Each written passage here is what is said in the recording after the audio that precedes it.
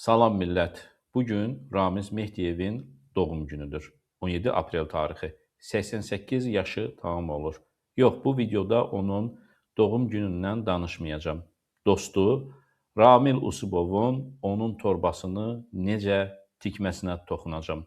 Ramiz Mehdiyevin evinə girən DTX kapitanının öldürülməsi və sairələr barədə ilginc məlumatları paylaşacağam. Mediada ilkdir. Aman Allah, nələr baş verir bu ölkədə. Xahiş edirəm videonu sona qədər izləyin, bəyənin, paylaşın ki, daha çox insan izləsin. Azad Söz kanalına abunə deyilsinizsə, abunə olun ki, sizdən gizlədilən gerçəklərdən vaxtında xəbərdar olasınız. Ramiz Mehdiyev heç şübhəsiz ki, Əliyev hakimiyyətinin ən mundar vəzifəlilərindən biri olub. Axırda Əliyevlər onu bir cındır əski kimi istifadə edib tulladı.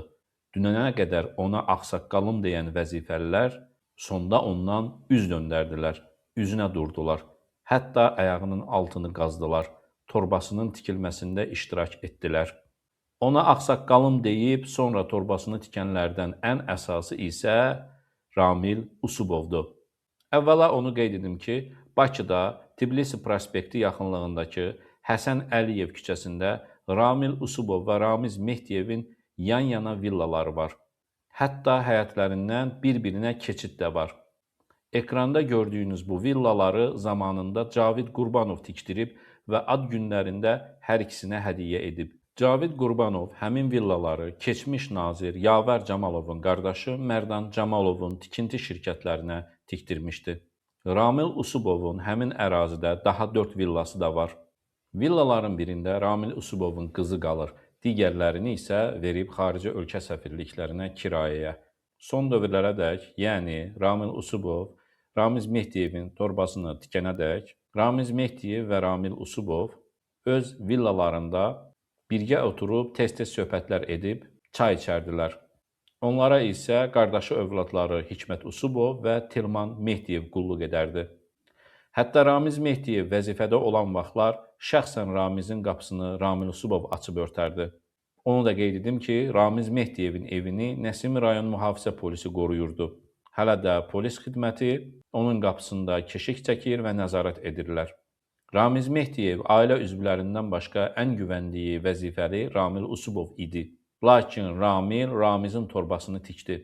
Keçən il, yəni 2025-ci ilin yayında Ramiz Mehdiyev Novxanıdakı bağ evində qalarkən Tbilisi prospektindəki villada onun qardaşı oğlu Telman Mehdiyev qalırdı.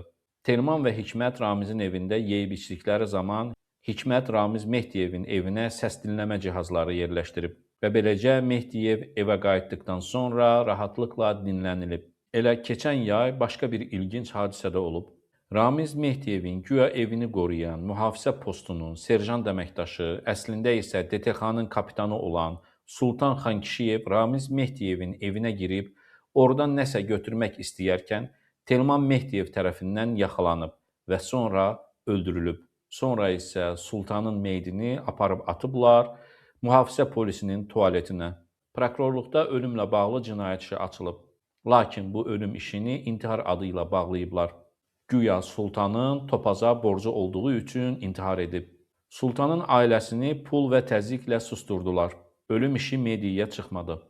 Ramiz Mehdiyev sonda bütün bunları anlayıb və ona bu torbanı tikən Ramil Usubova deyib ki, Hacı Məmmədov söhbətində sənin kəlləni mən qorudum. İşdən qovulub həbs olunacaqdın.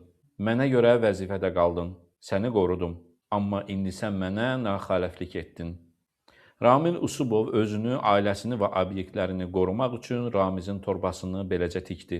Onunla bağlı bildiklərini Dövlət Təhlükəsizlik Xidmətinə ötürdü. Həmçinin DTX Ramiz Mehdiyevin evində quraşdırılan səs dinləmə cihazları vasitəsilə Ramiz Mehdiyev əleyhində bəzi kompromatlar topladı.